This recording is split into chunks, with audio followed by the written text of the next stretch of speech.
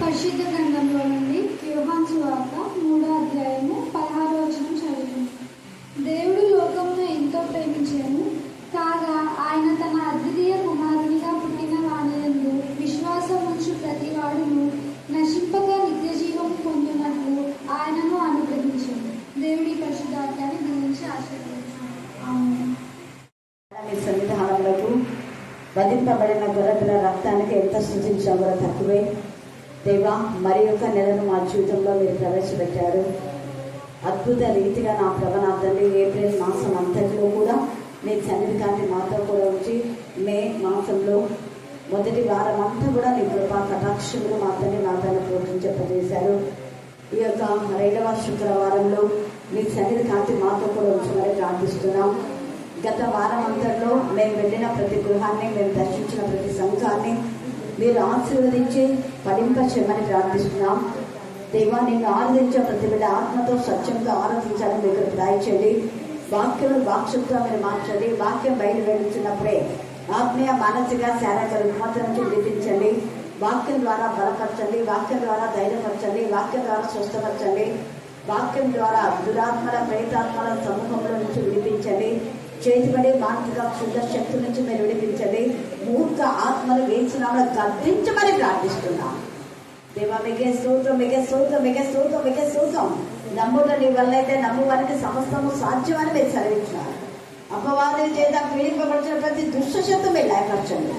ప్రత్యేక రీతిలో బబులు కుమార్తెలు మీ నామం మీ రక్తంలో నుంచి వెనక చెడు శక్తులు ఏకం నయపరచమని ప్రార్థిస్తారు. In the name of Jesus, we command with the power of God, we let it loose the child right in Jesus of Nazareth. మీ నామంలో మీ రక్తంలో దుష్ట శక్తి నుంచి విడిపించిందేమని కూడా ఆచరిస్తున్నాం. మీ నామంలో స్వస్థపరిచేదేమని స్తోత్రం. ప్రతి విధమైన దురాత్మల సమూహం నుంచి విడిపించి దేవా పూర్ణ స్వస్థత, పూర్ణ ఆరోగ్యం దయచేసిన దేవా స్తోత్రం. తీవ్ర జ్వరాల నుంచి విడిపించిన దేవా స్తోత్రం. చిన్న బిడ్డ ఉన్న ఫిక్స్ డిమాండ్ కానివ్వండి నా తండ్రి, మా చూచి నా ప్రభ నా తండ్రి, ప్రతి బలహీనత ఏసునాం లయపరచమని ప్రార్థిస్తున్నాను. తల్లులైన వారు ఎప్పుడూ నీ సన్నిధిలో నిన్ను కనపరిచి మహిమపరచడానికి మీకు దయచేయండి. పిల్లల కోసం కన్నీరు కాచే తల్లులుగా తల్లులు మీరు తయారు చేయమని ప్రార్థిస్తున్నాం. మీరు చేసిన మేళ్లలో దేనిని మరొక కృతజ్ఞత కలుగునడానికి మీకు కృపాసనం దయచేయండి. మీ నెమ్మది, మీ సమాధానం, కాపుదల మీరు మాకు ఇచ్చినందుకు మేము స్తుతిస్తూ దేవా, చేరున్న ప్రతి ఒక్కరిని బట్టి మేము స్తుతిస్తున్నాం. ప్రతి కుటుంబాన్ని మీ కరుణాపీఠంలో ఎత్తిపడుతున్నాం తండ్రి స్తోత్రం. దేవా, ఇంద్ర వాక్యం చెప్పబోతుండగా మొదలుగా అవన్నీ మీ జ్ఞానాత్మత నింపుతున్న దేవా స్తోత్రం. రోజు మనని వారి కుటుంబాన్ని బట్టి నా ప్రభావం మనని మా తల్లి వారి కుటుంబాన్ని బట్టి తండ్రి మేము స్తుతిస్తున్నాం. బాంబే క్షేమంగా వెళ్ళగలిగినందుకు నేను స్తుతిస్తున్నాం. మాతృమక కుటుంబాన్ని బట్టి మని వారి యొక్క కుటుంబాన్ని బట్టి తండ్రి దేవా, అలాగనే నా ప్రభ నా తల్లి చిట్టమ్మ వారి యొక్క కుటుంబాన్ని బట్టి నా తండ్రి అలాగనే మా కలుగునుగాక. నాకు ఈ అవకాశం ఇచ్చిన ఆత్మీయ సహోదరైన సలోమక్క గారికి నా హృదయపూర్వక వందనాలు తెలియజేస్తున్నాను. అలాగే కరుణాపీఠం మినిస్ట్రీస్ లో ఉన్న ప్రతి ఒక్కరికి కూడా వందనాలు తెలియజేస్తున్నాను. మరి వాక్యం కొరకు ప్రార్థన చేసుకుందాం. మహాపరిశుద్ధులైన మా గొప్ప దేవ, మీ పాదాలకు వందనాలయ, స్తుతులయ, స్తోత్రములైన అయ్యా, నిన్న నేడు రేపు నిరంతరము ఏకరీతిగా ఉంటానని సెలవిచ్చు దేవా, మీకే వందనాలు, స్తుతులు, స్తోత్రాలు ప్రభా. నీ నోరు తెరువుము, నీ నోటిని నింపుతా అన్నట్టుగా ప్రభా అయ్యా, మీరే మాతో ఉండి మాలో ఉండి అయ్యా, దేవుడు లోకం ఎంతో ప్రేమించిన వాక్యంతో మీరే మాతో ఉండి మాట్లాడమని యేసుక్రీస్తు నామంలో ప్రార్థించి అడిగి ప్రతిమాలు వేడుకుంటున్నాం తండ్రి, ఆమేన్.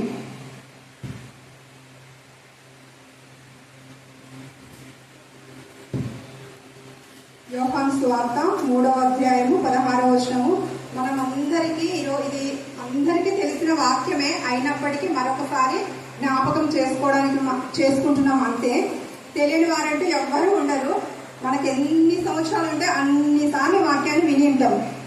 అయితే దేవుడు లోకంని ఎంతో ప్రేమించును, ఆజ్ఞ అతిక్రమించడమే పాపం అని వాక్యం సెలవిస్తుంది.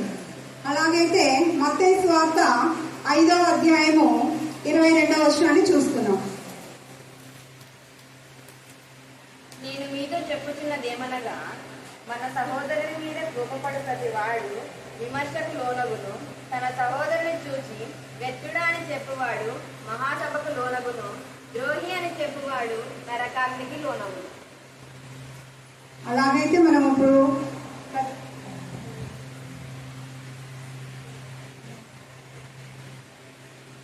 వాక్యానుసారంగా చూసుకుంటే మనము ఎన్నిసార్లు పాపం చేసిన వాళ్ళం అవుతాము. సహోదరు మీద కోపపడకుండా ఎవరము లేము. అలాంటప్పుడు మనం విమర్శకు గురైన వారమే కదా. అలాగే ద్రోహి అని మనలో చాలా సార్లు చాలా పడి ఖచ్చితంగా అనే ఉంటాము. అలా చూసుకున్నా కూడా మనం నరకాగ్నికి గురైన వారమై ఉంటున్నాము. కానీ దేవుడు మనం ఈ నరకాగ్నికి గురైన రీతిలో మనం వింటుండగా ఏది రోమిలకు రాసిన పత్రిక 3వ అధ్యాయము 23వ వచనం ప్రకారము ఏ భేదము లేదు, అందరూ పాపము చేసి దేవుడు అనుగ్రహించు మహిమను పొందలేకపోయిరి. అలాగున మనము ఉన్న స్థితిలో దేవుడు మన కొరకు ఎట్లా మనకి పాపం నుంచి విడుదల దయచేసినాడంటే ఫిలిప్పీలకు రాసిన పత్రిక 2వ అధ్యాయము 7వ వచనము 8వ వచనం చూసుకుందాం.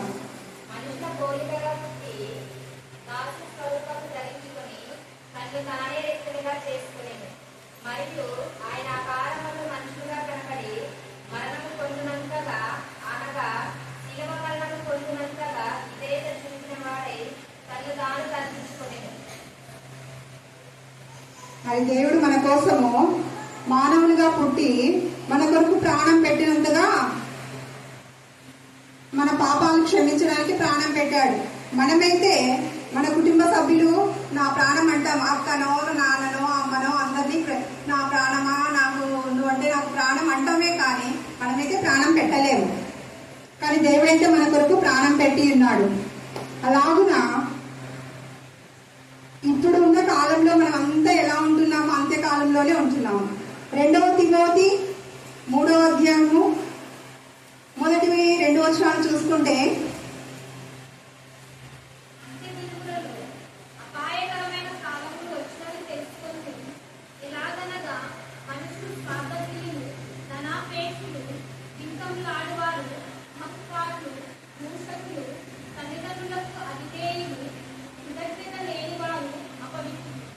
ఇలాగనే ఉంటున్నామా మనం ఇప్పుడు ప్రస్తుత కాలంలో? అలాగా ఉండకుండా మనమందరము తల్లిదండ్రులను ప్రేమించేవారిగాను, అనురాగ రహితులుగా కాకుండా అనురాగం కలిగిన వారిగాను, ఎందుకంటే దేవుడు లోకాన్ని ప్రేమించాడు, కానీ మనమైతే కనీసం కుటుంబాన్నైనా ప్రేమించే వారిగా ఉండాలని ఆశపడుతున్నాను. మొదట దేవుడైతే ఎవరిని సృష్టినంతా నోటి మాటతో సృష్టించాడు. మనుషులని తన పోలిక చొప్పున నిర్మించుకున్నాడు. నేను పరిశుద్ధుని కనుక మీరును పరిశుద్ధులై ఉండుడి అన్నట్టుగా మనం కూడా దేవుడు లోకాన్ని ప్రేమిస్తే కనీసం మన కుటుంబాన్నైనా ప్రేమించేవారిగా ఉండాలని దేవుని నామాన తెలియజేస్తున్నాను. అలా ఉండడానికి దేవుడు సహాయం చేయాలని ప్రార్థిస్తున్నాను. మనంతటికు మనమైతే ఎవరిని ప్రేమించలేదు. దేవుని సహాయం కంపల్సరీ కావాలి. కాబట్టి దేవుని దగ్గర మనం మొరపెట్టుకోవాలి. ఆదాము అలా వాళ్ళని ఆశ్రదించి కయ్యూను హేబేలు ఇస్తే ఆదాము కూడా పడిపోయి ఉన్నారు. కయ్యూను హేబేలు కూడా ఒకరిపైన ఒకరి ద్వేషం కలిగి దేవుడు అనుగ్రహించి మహిమను పొందలేకపోయి ఉన్నారు. అలాంటి స్థితిలో నుంచి మనము విడిపించడానికి దేవుడు మనుషులుగా వచ్చి మరణించి ప్రాణం పెట్టిన దేవుణ్ణి మనం మర్చిపోకుండా దేవుని స్తుతించేవారిగాను, మహిమపరిచేవారిగాను, ఆరాధించేవారిగాను ఉండటానికి మనందరికీ దేవుడు సహాయం దయచేయాలని కోరుకుంటున్నాను.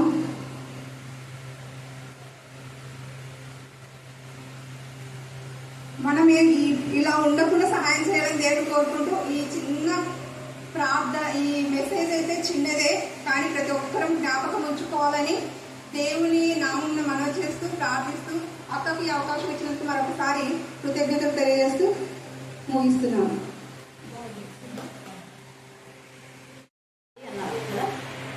అక్కడ సహోదరుడు అంటే ఎవరి సహోదరుడు? నీ సహోదరుని అన్నది ఉందా కదా? మళ్ళీ చదువు ఏమిటి చదవలేదు చదివిన వాళ్ళు తన సహోదరుని లేదా నీ సహోదరుని. తన సహోదరుడు అనే దగ్గర మీరు అండర్లైన్ చేసుకొని ఒక్కసారి ప్రతి ఒక్కరూ ఆత్మ పరిచయం చేసుకోవాలి. ఏంటి ఆత్మ పరిచయం అంటే తన సహోదరుని అంటే పరిశుద్ధులుగా ఉండే వాళ్ళని మాత్రమే ప్రేమించాలి. లేదా దీంట్లో ఇంకా క్లారిటీ చెప్పాలనుకుంటే ఇస్కరియోతు యూదా వాళ్ళ సహోదరుడే, యేసయ్యకు సహోదరుడే. తర్వాత శిష్యులకంతా కూడా యూదా అని రాయబడింది కదా. అదే యూదాని గురించి ఏమని రాయబడింది? ద్రోహి అని రాయబడింది. అవునా? దీని సహోదరుని ద్రోహి అనొద్దు అనేది మత్తయి వార్తలు. అనేవాడు నరకాగ్నికి లోనవుతాడు అన్నాడు. అక్కడ అర్థమైంది, ఇక్కడ అర్థమైంది తెలుసుకోవాలి. మన ప్రతి పదానికి అర్థం తెలుసుకోవాలి. అక్కడ ఎందుకు రాశాడంటే ఆత్మీయంగా ఉండే బిడ్డలను, రక్షణ పొందిన బిడ్డలను, క్రీస్తు రక్తంలో కడగబడిన బిడ్డలను, మారు మనసు పొంది దైవికంగా జీవించే వాళ్ళని ద్రోహి అనకూడదు. గుర్తుపెట్టుకోండి. అర్థమైందా? వేరే వాళ్ళు అనొచ్చు. వేరే వాళ్ళు అంటే లోక సంబంధులు. తండ్రి అయిన దేవుడు లోకాన్ని ప్రేమించి మరి ఈ యొక్క మనం చూస్తే ఆదామవ్వలు ఎంత ప్రేమించాడో అంత ప్రేమించాడు. కానీ అదే ఆదామవ్వలు దేవుని ప్రేమను ఏం చేశారు? వాళ్ళు విస్మరించారు. అప్పుడు వాళ్ళని ఏం చేశాడు? దేవుడు అక్కడి నుంచి బయటికి పంపాడు అంటే ద్రోహం చేసినటువంటి వాళ్ళు నమ్మక ద్రోహం చేశారు. దేవుడు ఎవరా? నమ్మక ద్రోహం చేసే వాళ్ళు ఏమంటారు? అందరు గట్టిగా ఎక్కాల, ఇంకా గట్టిగా ద్రోహులు అయినారు కాబట్టే బయటకు పంపించాడు. వాళ్ళు ద్రోహులు కాకపోతే ఎక్కడ ఉంటారు?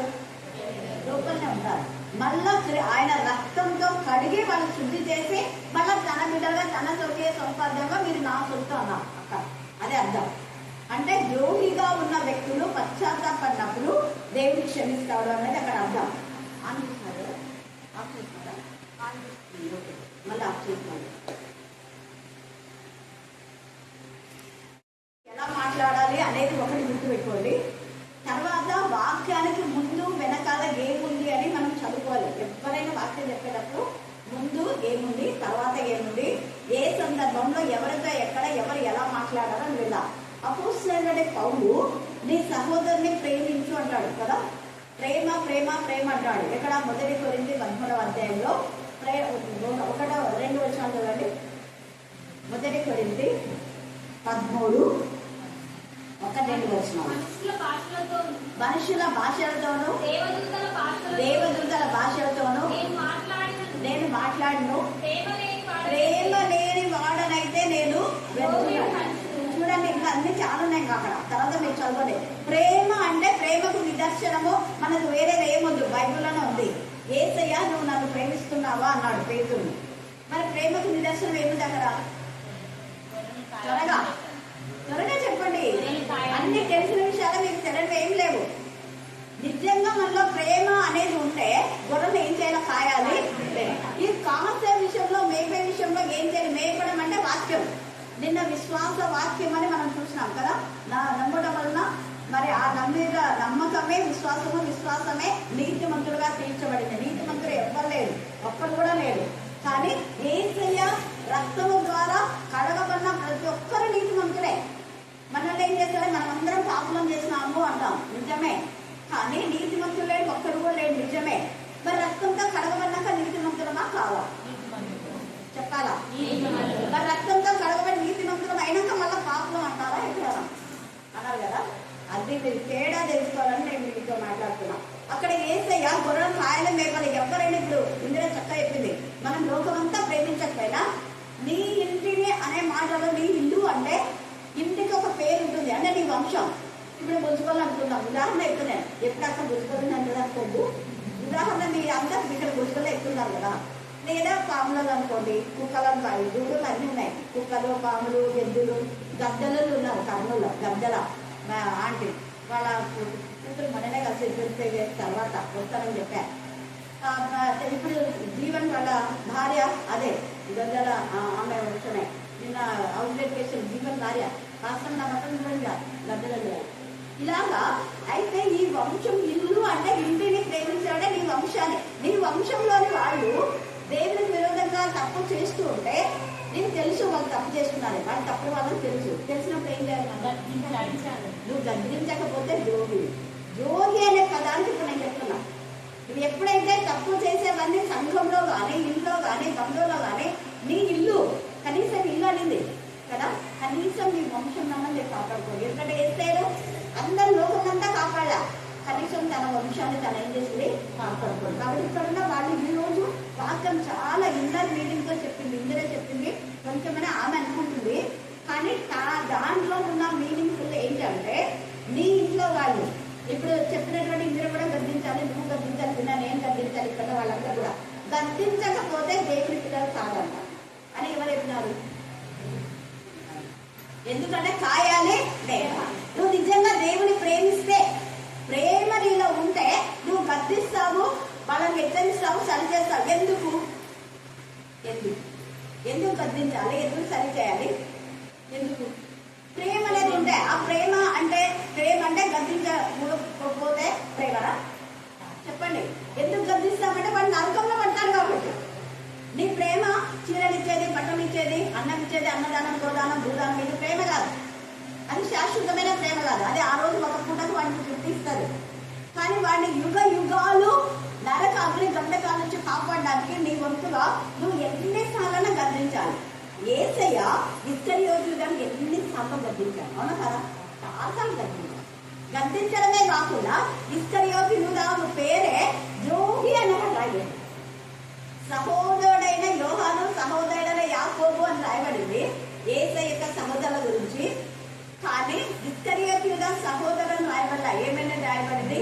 ద్రోహియగు యూదా. వాక్యంలోనే ద్రోహి అనొద్దు అని చెప్పిన అదే దేవుడే అక్కడ ఇస్కరియోతు యూదా నుంచి ద్రోహి అని రాశాడు. కారణం ఏంటంటే యూదాలో అపవాదుని ఎప్పుడు మనం ప్రేమించకూడదు. గుర్తుపెట్టుకోండి. అపవాదులతో సహవాసం చేయకూడదు. అపవాది అంటే అపవాదితో ఉన్నవాళ్ళు. ఈ అపవాది ఇస్కరియోతు యూదాలో ప్రవేశించింది. అలాంటి వాళ్ళతో మనం సహవాసం చేస్తే మనం కూడా ద్రోహులం అవుతాం. దుష్ట సహవాసం మంచి నడుము ఏం చేస్తుంది? దుష్టులు, ద్రోహి ఒకటే కాదు. భక్తిహీనులు, తర్వాత దేవుడు లేడనే వాళ్ళు, వీళ్ళంతా ఒకటే కాదు. ఇదే పౌలు ఏమన్నా అంటే నీ సముదాన్ని ప్రేమించని కొరింథీ రాసినాడు కదా. రాసిన ఇదే పౌలు ఇక్కడ ఏమన్నాడో చూడండి. ఎందుకంటే ఇవన్నీ నాకు హైందవులు అడుగుతున్నారు. హిందువులకు కొన్ని అర్థం కాదు కదా. ఇక్కడ ఏమో ఇలా చెప్పాడు పేతురు, మళ్ళీ ఇక్కడేమో ఇలా చెప్పాడు. 13వ అధ్యాయము అపోస్తుల కార్యము 13వ అధ్యాయం 10వ వచనం. అంటే మనం ఎవరిని ప్రేమించాలి, ఎవరిని ప్రేమించకూడదు, ఎవరిని ద్రోహి అనాలి, ఎవరిని దుష్టులు అనాలి, దుర్మార్గుడు అనాలి. దుర్మార్గుడు మంచివాడు అంటే అది కూడా తప్పే. నీతిమంతుడిని మంచివాడు అనుకున్నా తప్పే, మంచివాడు అనుకున్నా, దుష్టుడు అనుకున్నా మంచివాడు అన్న రెండు తప్పే ఉంది వాక్యంలో. ప్రకటన సామెతల్లో ఉంది, ప్రకటనలో కూడా ఉంది. 10వ వచనం చదవండి. 13వ అధ్యాయం అపోస్తుల కార్యం 10. అతని పేరు చూసి అంటే ఇక్కడ ఒక వ్యక్తి వాక్యం చెప్తున్నాడు, ఇతను కూడా వాక్యం చెప్పేవాడే. తేడా చూడండి. అపోస్తలుడైన పౌలు వాక్యం చెప్తున్నాడు, ఇక్కడ ఇంకొక వ్యక్తి వాక్యం చెప్తున్నాడు. అయితే పౌలు అక్కడికి వచ్చాడు. పౌలుకి అర్థమైపోయింది అక్కడ ఒక అధిపతి ఉన్నాడు. ఆ అధిపతి దగ్గరికి పరమాల్లో మీరు గారడే వాడు వచ్చి ఆయన వాక్యం చెప్పి బరిగేసి అనమాట అతనితో డబ్బులు తీసుకొని బాగా మెప్పించేటటువంటి వాడు. అంటే అతని తప్పిదాలన్నీ కప్పిపెట్టి అతని మనిషిని మాత్రం ప్రశంసించి అలాగా డబ్బులు తీసుకొని డబ్బులకు అలవాటు పడిపోయినాడు. ఎన్నోసార్లు అలా వస్తున్నాడు. అధిపతి కూడా ఇంకా వీడే మంచోళ్ళే, వీడే బాగా వాక్యం చెప్తున్నాడు, ఓ బాగుంది అని అనుకున్నాడు. కానీ అప్పుడు పౌలు వచ్చాడు. పౌలు వచ్చేసరికి పౌలుకి అంతా అర్థం అయిపోయింది. వాడు గారడి గారడి అనే మాటలో ఇట్లా బుడుగుడుకలు వచ్చి చేసేది అది కాదు. గారడి దేవుని వాక్యంతోనే మనుషులను మెప్పించి పంపించి తర్వాత తామే పెద్ద వాక్యం చెప్పే వాళ్ళమని తప్పుడు బోధలు చేసి మళ్ళీ మాదే కరెక్ట్ అనేటటువంటి వాళ్ళు గారడి వాళ్ళు అంటారు. మోసయుక్తమైన బోధ. అలాగా దాన్ని చూసి ఏమంటాడు 9వ వచనంలో, అందుకు పౌలు అనబడిన సౌలు. అంటే ఇప్పుడు పౌలు అనబడినాడు, ఒకప్పుడు అతను ఎవరు? సౌలు. అందుకే పౌలు అనబడిన సౌలు పరిశుద్ధాత్మతో నిండిన వాడే. దేంతో నిన్నాడు? మళ్ళీ చెప్పండి. పరిశుద్ధాత్మతో నిండిన వాడే. అతని పేరు చూసి ఏమంటాడు? సమస్త కపటంతోనూ సమస్త దుర్మార్గంతోనూ నిండిన వాడ, అపవాది కుమారుడా అన్నది. ఇప్పుడు వీళ్ళు ఏమంటున్నాడు? దుర్మార్గుడా, నువ్వు దుష్టుడవు, నువ్వు ద్రోహివి. దుర్మార్గుడు, దుష్టులు, ద్రోహి ఒకటే కేటర్. తేటగా అందరి ఎదుట మాట్లాడు. ఆడ కొంతమంది లేరు, చాలా మంది ఉంటారు. అందరి ఎదుట వాక్యం చెప్పే వ్యక్తినే, వాక్యం చెప్పని వ్యక్తులు కాదు. ఎవరిని ఈయన అనింది? వాక్యం చెప్పే వ్యక్తిని చూసి నువ్వు దుర్మార్గుడు, పరిశుద్ధాత్మతో నింపబడినావు, వాళ్ళతో పరిశుద్ధాత్మ లేదు, వాడు కూడా వాక్యం చెప్తున్నావు. అలాంటి వ్యక్తిని మౌనంగా ఉండలేదు, అందరి ఎదురుగా గర్దిస్తున్నాడు. ఏమని అంటే నువ్వు అపవాది కుమారుడు అంటున్నాడు. తర్వాత నువ్వు దుర్మార్గుడు, దుర్మార్గముతోను నిండిన వాడ, కొంచెం కాదు ఏంటంట నిండిన వాడ. మళ్ళీ ఏమన్నాడు అపవాది కుమారుడు. ఇది అపవాది కుమారులను మనం ఎప్పుడు దుష్టులనే అనాలి, దుర్మార్గులనే అనాలి, నీతిమంతులు అనకూడదు. ఎందుకంటే సామెతల్లో మంచి నీతిమంతులను దుష్టులన్నా తప్పే, దుష్టులను నీతిమంతులన్నా తప్పే. చనిపోయినప్పుడు వాడు ఎంత పాపం చేసినా మంచోడు అంటాడు, చాలా తప్పది. అంటే అది ముఖ స్థుతి చేయడం అలా చెప్పకూడదు, యథార్థంగానే చెప్పాలి. కొంతమంది యథార్థంగా చెప్తారు, ఇతను బతుకున్నప్పుడు చాలా ఇదేని చెప్తారు, అలాగనే చెప్పాలి. సత్యము మనం మాట్లాడే వారంగా ఉండాలి. అందుకే ఇక్కడ ఏమంటున్నా అంటే దుర్మార్గంతో నిండిన వాడ, అపవాదికి వాడ, సమస్త నీతికి అది నీతి విరోధులు దుష్టులు. ఎవరి దుష్టులు, ఎవరి దుర్మార్గులు అంటే నీతి విరోధులు. నీతి అంటే ఏంటి? వాక్యమే. ఎందుకు అబ్రహాము దేవుడు నమ్మింది, ఏం నమ్మినాడు? వాక్యము. విశ్వాస వాక్యం అని రాయబడింది. విశ్వాస వాక్యము ఫిలిప్పీలకు రాసిన పత్రిక, ఫిలిప్పీలు అక్కడంతా విశ్వాస వాక్యం అని రాయబడి ఉంటాయి. అంటే వాక్యము ద్వారా మనం విశ్వసిస్తున్నాం. విశ్వసించే ఈ వాక్యమును పెడత్రోవలో పెట్టి చెప్పే బోధకులందరూ దుర్మార్గులే. అందుకనే వాళ్ళు దుర్మార్గులు కాబట్టే అపోస్తుల కార్యం 5వ అధ్యాయంలో వాళ్ళ దేవుని పిల్లల్ని ఎంత బాధ పెట్టారో చూడండి. వాళ్ళు దుర్మార్గంలో ఉండి దేవుని పిల్లల్నే ఎంతగా బాధ పెట్టారంటే అంతగా. 5వ అధ్యాయం అపోస్తుల కార్యము మనం చూస్తే మీరు చాలాసార్లు కూడా విని ఉంటారు, చదివి ఉంటారు కూడా. 5వ అధ్యాయం 13వ వచనం చదవండి.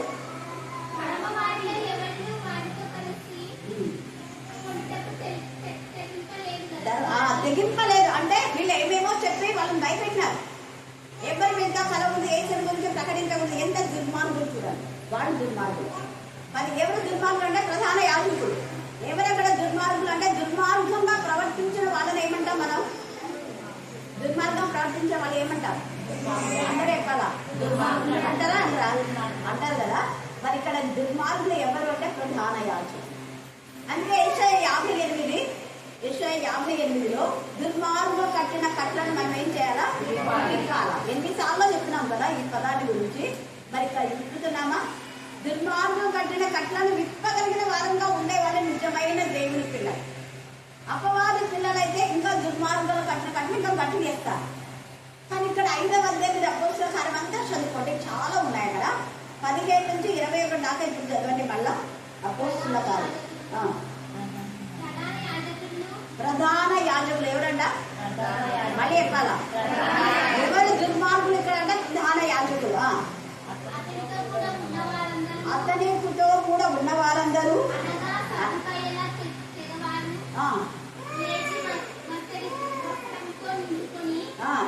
దేంతో నిలుచున్నారు? అండర్లైన్ చేసుకోండి. మత్సరం అంటే దుర్మార్గులలో ఉండే విషపు ఆలోచన. మత్సరంతో నిండుకొని ఇక్కడ కూడా నిండుకున్నాడు. ఇక్కడ ఏమంటున్నాడు? నిండుకొని అపవాది కుమారుడు, దుర్మార్గంతో నిండిన వాడ. కొంచెం లేదు, నిండుకున్నాడు. ఇంకా చదువుమా, ఇంకా చదువు.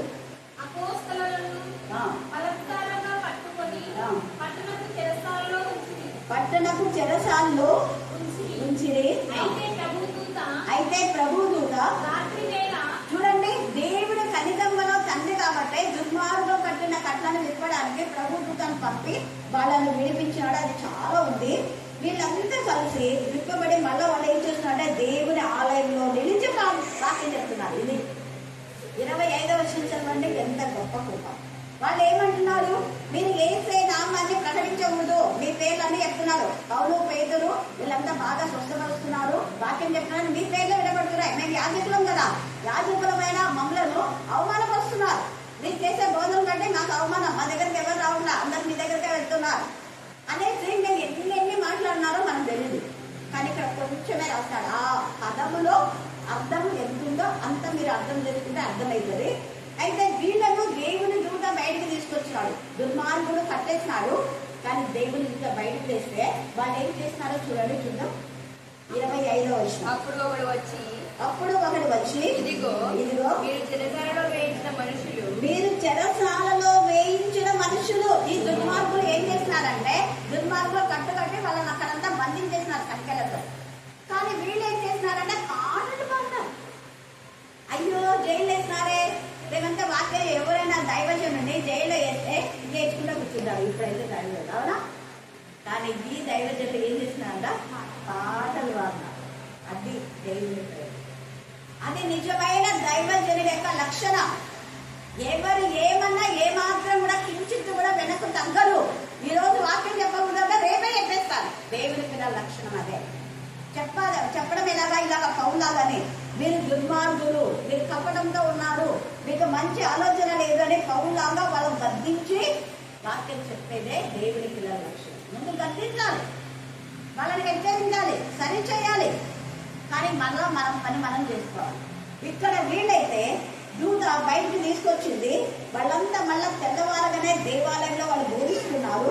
ప్రధాన యాజకులను మనం బంధించినాం కదా, చూస్తారు అప్పుడు వాళ్ళు చంపేద్దామని అంటున్నారు. ఎందుకంటే యాకోబుని చంపించినారు కదా, ఈయన కూడా చంపిద్దాం అని తీసుకురమ్మన్నారు. కానీ అప్పుడు ఏం చేసినారు వాళ్ళు అంటే వాళ్ళు ఇక్కడ దేవుని మందిరంలో వాక్యం చెప్తున్నారంట. ఏం చెప్తున్నారు వాళ్ళు? పేతురు వాళ్ళు చెప్పండి, మళ్ళీ చెప్పాలా? చూడండి 25వ వచనం చదవండి. అప్పుడు ఒకడు వచ్చి ఇదిగో మీరు చెరసాలలో వేయించిన మనుషులు దేవాలయంలో నిలిచి ప్రజలకు బోధించుచున్నారని వారికి తెలుపగా అధిపతి మౌంటంతో కూడా పోయి ప్రజలు రాళ్లతో కొట్టుదే మీకు భయమైంది. అక్కడ ఉన్న వద్ద మనకు అంటారు అనేసి ప్రజల ఎదుట మంచి వాళ్ళుగా ఉండడానికి వాళ్ళు నూక తీసుకుంటారని అంటున్నారు. చూస్తున్నారా ఎంత భయం, ఇంత పిప్పలు. అంటే ఎవరు లేనప్పుడేమో వాళ్ళని తిట్టాలి, అందరూ ఉన్నప్పుడేమో ఏమన్నారు. మన భక్తులు కూడా అంతే. చాలా మంది సంఘాల్లో ఇలాగనే ఉంటారు. ఎవరు లేనప్పుడు ఏమైనా మాట్లాడతారు, అందరూ ఉంటే మాట్లాడరు. వీళ్ళు కూడా అలాగే అని ప్రజలు ఒకవేళ అంటే రాళ్ళతో కొట్టారేమో అని భయపడి బలత్కారం చేయకే అప్పుడేమో బాగా కుటీరంగా చేసేసారు, ఇప్పుడేమో పూర్తిగా తీసుకుంటారండి అని అంటున్నారు. చూడండి ఎంత చక్కగా. అప్పుడు అంటున్నాడు కదా మిమ్మల్ని బోధింపకూడదని నేను చెప్పలేదా? 28వ వచనం చదవండి. ప్రధాన యాజకుడు వారిని చూసి ప్రతి దానికి ప్రధాన యాజకుడే. ఎంత దుర్మార్గపు మనుషులు. అప్పవాది వీళ్ళకి దూరింది ఇస్కరియోతు యూదా. ఇస్కరియోతు యూదా కూడా బోధకుడే, ఆయన కూడా పాస్టే సెయింట్, కానీ తర్వాత అనిపించుకోలేదు. ఇక్కడ ప్రధాన యాజకుడు వారిని చూసి మీరు ఈ నామం బట్టి బోధింపకూడదని నేను ఖండితంగా ఆజ్ఞాపింపలేదా? చర్చిలో మీరు చెప్పకూడదని నేను ఆజ్ఞాపింపలేదా? నేనంట బుధవారం చెప్పకపోతే ఏం వారాలు లేవా? ఎప్పుడైనా వచ్చి మేము చెప్పుకుంటాం. నేను ఎప్పుడు పోతే అప్పుడు పోతే వాక్యం చెప్పుకుంటా వచ్చేస్తాను. హల్లెలూయా, హల్లెలూయా. సంఘం నీది కాదు, నీ బాబులు కాదు, అవునా కదా? నీది కాదు, నీ బాబులు కాదు. ఒకవేళ మనం మీద ఎదురు తిరిగితే నోరు తీసుకోవాల్సిందే, కానీ మనకు అది లేదు ఎక్కడైనా. అందుకని వీళ్ళు ఏం చేస్తున్నారు చూడండి, ధైర్యంగా ఇది నా దేవుని మందిరం అని అన్నాడు కదా ఇంతకుముందే. ఇది నా మందిరం, దొంగలు కూడా మీరు చేశారని వేసే అన్నాడు. వీళ్ళకి పట్టుకుంది, ఇది మందిరం మీది కాదు, దేవుని మందిరం. మీరు బోధింపకూడదని చెప్పుకుంటాం అనుకున్నావా? ఇది యాజకుడు అయితే ఏంటి, ప్రైమ్ మినిస్టర్ అయితే ఏంటి, కలెక్టర్ అయితే ఏంటి, మాకేంటి? మేము దేవుడికి భయపడతాం. నువ్వేం దేవుడి కంటే ఎక్కువ భయమనా? దేవుడు పెట్టే ప్రజలు పెట్టుకుంటే నువ్వుకుంటాం. మేము ప్రజల చేత ఏర్పరచబడిన వాళ్ళం కాదు, దేవుని చేత. వీళ్ళ చేతి నుంచి వీళ్ళని ప్రార్థన చేసి పంపిస్తారు. మీకు చాలా ఉన్నాయి చెప్పాలనుకుంటే, చాలా విషయాలు ఉన్నాయి. ఈ యొక్క అపోస్తల కార్యం చదివితే మీకు తేటగా అర్థమైపోతుంది. దుష్ట క్రియలు అనేవి ఎంత భయంకరంగా ఉంటాయి. వీళ్ళని మళ్ళీ గర్దిస్తున్నారు, బోధింపకూడదని నేను మీకు ఖండితంగా ఆజ్ఞాపింపలేదా? ఇదిగో మీరు యెరూషలేమును మీ బోధతో నింపి ఈ మనుషుని హత్య మీ మీదకి దేవుళ్ళని ఉద్దేశించుతున్నారని చెప్పారు. అందుకు పేతురు అపోస్తులను మనుషులు కాదు, దేవునికే మేము లోబడవలేం కదా అండర్లైన్ చేస్తారు. మీరు కూడా ఎవరైనా మీరు ఆటంకపరిస్తే ఆటంకములకు వీలు కావు. మనం ఎవరికి భయపడాలా? అందరు చెప్పాలా? మళ్ళీ చెప్పాలా? ఏం మీరు అక్కడ వెళ్తున్నారు ఇక్కడ వెళ్తున్నారంటే మీరేమి చెప్పేది మాకు అని చెప్పాలి. అక్కడ వెళ్ళడం ఇక్కడ వెళ్ళడం మాకు మా ఆత్మ ప్రేరేపణ మేము వెళ్తాం. కానీ మీరెవరు చెప్పడానికి? మేమేమైనా మీటికి వచ్చినామా? ఏమైనా కాదు కదా. ఎంత చక్కగా దేవునికి భయపడం. మన లైఫ్లో ఎప్పుడైతే ఇది మనం చేస్తాం వెంటనే వాళ్ళతో నాను ఇలా వేలాడ వేసిన ఏసై గురించి మళ్ళీ వాళ్ళు అక్కడ సాక్ష్యం చెప్తున్నారు. సిగ్గుపోయింది వాళ్ళు ప్రధాన యాజకులుగా బోధించారు. అది ఉండాలి. హల్లెలూయా హల్లెలూయా హల్లెలూయా. అలాగే ఇందిర మనం ఇంతవరకు రెగ్యులర్ గా ఏం ధ్యానిస్తున్నామో ఇందిరకు పాపం తెలియదు, అంటే వినిస్తుందేమో మేబీ. శుక్రవారము తర్వాత బుధవారము ఆదివారము మనం వరుస క్రమంలో ధ్యానిస్తున్నాం కదా. మరి యోవేలు 3వ అధ్యాయం చూడండి. యోవేలు 3వ అధ్యాయం ఏముందో చదవండి. 5వ వచనం. యోవేలు 3:5. చూడండి, నా వెండిని నా బంగారం అనే దగ్గర అండర్లైన్ చేసుకోండి. దేవుడు నా వెండి నా బంగారం అన్నారు. వాళ్ళని తీసుకుపోయి ఎక్కడ పెట్టినారంట? వాళ్ళు వాళ్ళ గుళ్ళలో కదా. వాళ్ళ గుళ్ళలో వెండి బంగారం అంటే దేవుడు ఏమైనా మీరే నా సొత్తు అన్నారు. మనం ఎవరి సొత్తు అంటే ఈ పౌలు తర్వాత పేతులు శీల వీళ్ళందరూ బంగారం. ఈ బంగారం తీసుకుపోయి వాళ్ళు ఎక్కడ పెడుతున్నారు? జైల్లో. నా బంగారాన్ని తీసుకుపోయి మీరు ఆడ పెడతారా? పెట్టే లేకుంటారా? మూడో అధ్యాయం చదవండి. ఇంకా చదవండి అమ్మా.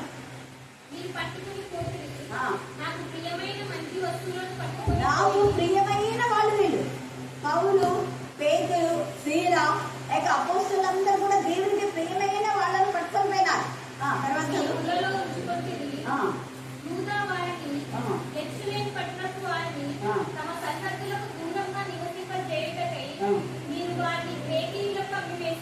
మీరు అమ్మి వేసిందిరే అంటే కొట్టడానికి ఇక్కడ చాలా విన్నది. బాగా దీన్ని ధ్యానం చేయండి. అయితే దేవుడు కూడా ఏం చేస్తున్నారంట, ఒక చిన్నదాన్ని అమ్మి, చిన్నది ఇస్రాయేల్ చిన్నదాన్ని కూడా బానిసగా అమ్మారు కదా, యోసేపును కూడా అమ్మారు కదా. ఇంకా చాలా ఉన్నాయి దీంట్లో ఇన్నర్ మీనింగ్. వాళ్ళంతా దేవునికి ఇష్టమైన బంగారం లాంటి వాళ్ళు. మీరు నా వారిని తీసుకొని పోయారు కాబట్టి నేను కూడా మీకు ఏం చేస్తాను చూడండి. దేవుడు రోజు తన బిడ్డలకు కంటే పాపం పుట్టిన అంటే దేవుడు పుట్టినట్టు. దేవుడు అంటే తగ్గించండి.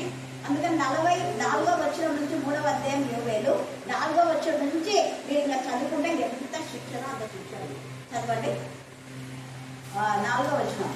తూరు పట్టణమా, సీదోను పట్టణమా, ఫిలిష్తీయ ప్రాంతం లారా, ఇంకా నాకు పని ఏమి? నేనేం ఊరికే మిమ్మల్ని ఇలాగ చిత్రహింసలు చేయటం లేదు. గతంలో మీరు నా పిల్లలు బాధ పెట్టారు, నా పిల్లలు తెలుసుకున్నారు. ఎంత ధైర్యం మీకు? వేయడం ఇవన్నీ కూడా నా పిల్లలు హాని కలగచేస్తారు. నా మందిరంలో ఉండిన నా పిల్లలు మీరు ఏం చేశారు? చెరకు తీసుకెళ్ళిపోయారు. నేను ఊరుకుంటానా? అప్పుడు ఏమంటున్నారు చూడండి. నా వెండిని నా బంగారంలో మీరు పట్టుకొని పోతుంది, నాకు ప్రియమైన మంచి వస్తువులు పట్టుకొని పోయి మీ గుళ్ళలో ఉంచుకుంటే యూదా వారిని యెరూషలేము పట్టణం వారిని తమ సరిహద్దులకు దూరంగా నివసింప చేయుటకై మీరు వారిని గ్రేకేలకు అమ్మివేసింది. మీరు చేసిన దానిని బహు త్వరముగా మీ నెత్తి మీదకి త్వరగా రప్పించాడు దేవుడు. మీకు అందరూ తెలుసు, అవునా కదా? దీని అర్థం ఏంటంటే దుర్మార్గులు చేసే పనికి వాళ్ళ దుర్మార్గులకు తగిన శిక్ష దేవుడు ఇస్తారు. మనం దుర్మార్గులనే నీతివంతులను నీతిమంతులే. కానీ మీ సహోదరుడు అంటే రక్షణ పొందిన వ్యక్తిని వ్యక్తి అన్నది అర్థమైనా. రక్షణ పొందిన వ్యక్తిని మనం మంచివాడే అన్నాం. వాళ్ళని అన్నప్పుడు దేవుని పిల్లలు దుర్మార్గుడు అంటే తప్పదు. మంచివాడిని చెడ్డవాడనుకుని చెడ్డవాడిని కూడా మంచివాడనుకుంది. సత్యం చెప్పాలి అంటే దుర్మార్గుడే అనాలి, మంచివాడే అనాలి. అది మనం నేర్చుకోవాల్సిన సత్యం. ఈ రోజు అలా చేయకుండా దేవుని విరోధంగా చేస్తే వెంటనే వాళ్ళని నెత్తిమెత్తి వస్తుంది. మంచి వాళ్ళని తీసుకుపోయాం కాబట్టి దేవుడు అంటాడు, ఇదిగో మీరు చేసిన దానిని మీ నెత్తి మీదకి రాచేయుదును, మీరు వారిని అమ్మి వేసిన ఆయా స్థలంలోనే నేను వారిని రప్పిస్తాను. నేనైతే వాళ్ళని రప్పించినాడా? రప్పించి మళ్ళీ వాక్యం చెప్పినాడా? ఎంత క్లారిటీ ఉంటుందండి అపోస్తలుల కార్యానికి. యోవేలు 3. అంటే 5వ అధ్యాయం మీరు అపోస్తలుల కార్యం 5, 17, 20 చదువుకోండి. తర్వాత అపోస్తలుల కార్యము 12, 1 నుంచి 3 దాకా చదువుకోండి. అక్కడ కూడా వాళ్ళకి మీరు బోధించవద్దంటే మేము బోధిస్తామంటారు. తర్వాత అపోస్తలుల కార్యం 11, 20 నుంచి 20 దాకా చదువుకోండి. మీకు క్లారిటీగా ఉంటారు. దేవుడు ఎంత అద్భుత రీతంగా 17వ అధ్యాయం 16లో కూడా పౌలులు ఎంతగానో బాధ పెట్టారు.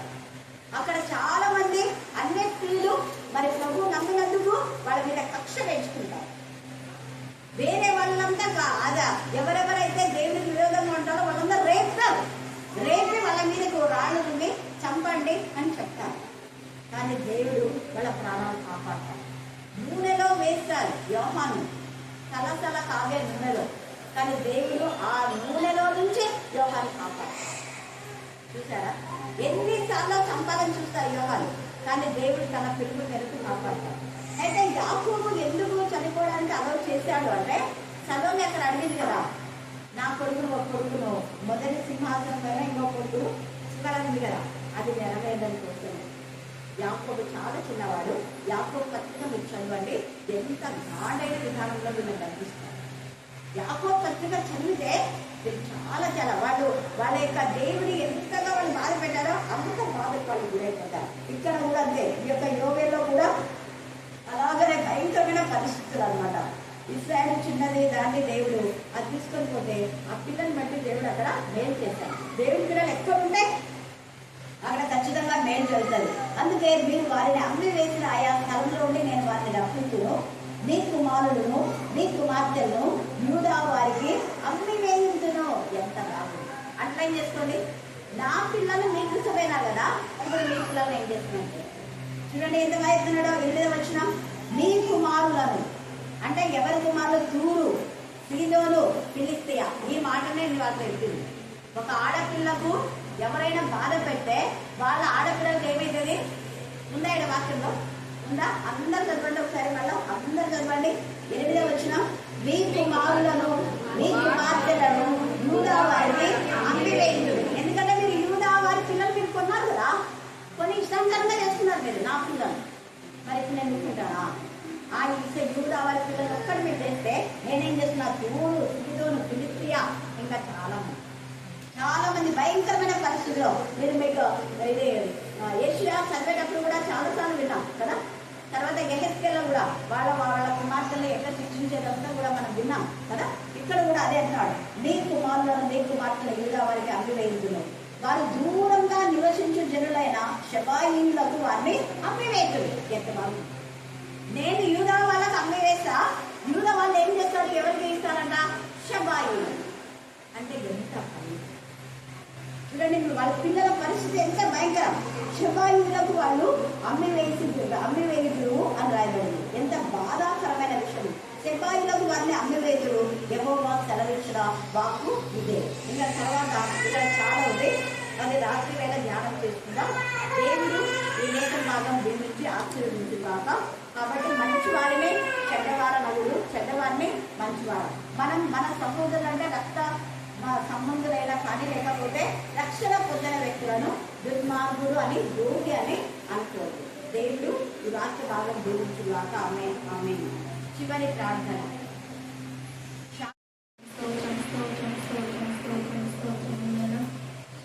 వర్తమాన భవిష్యత్ కాలంలో సర్వాధికారం దేవునికి ప్రభు పరిశుద్ధుడు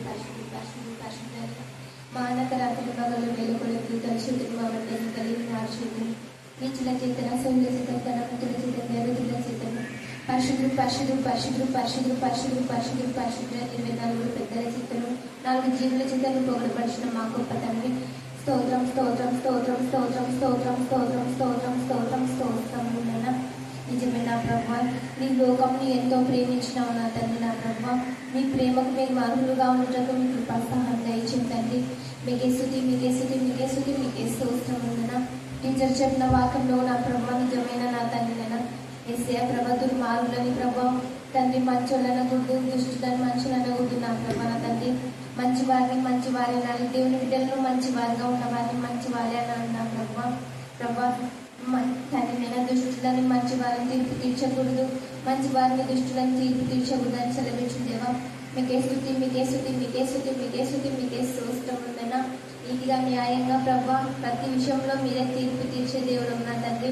మీకే స్తుతి, మీకే స్తుతి, మీకే స్తోత్రం ఉందనా. ఇప్పుడు చెప్పిన వాక్యం అంతటిని మీరు దీవించండి, ఆశీర్వించండి నా ప్రభా నా తండ్రి. నిన్న వాక్యం నుంచి చదివిన వాక్యం నీ విడిచిపెట్టగానే నిర్వేసుకునగల జ్ఞానం నా ఆత్మను సహనంలో ఒకటే దయచేయండి తండ్రి.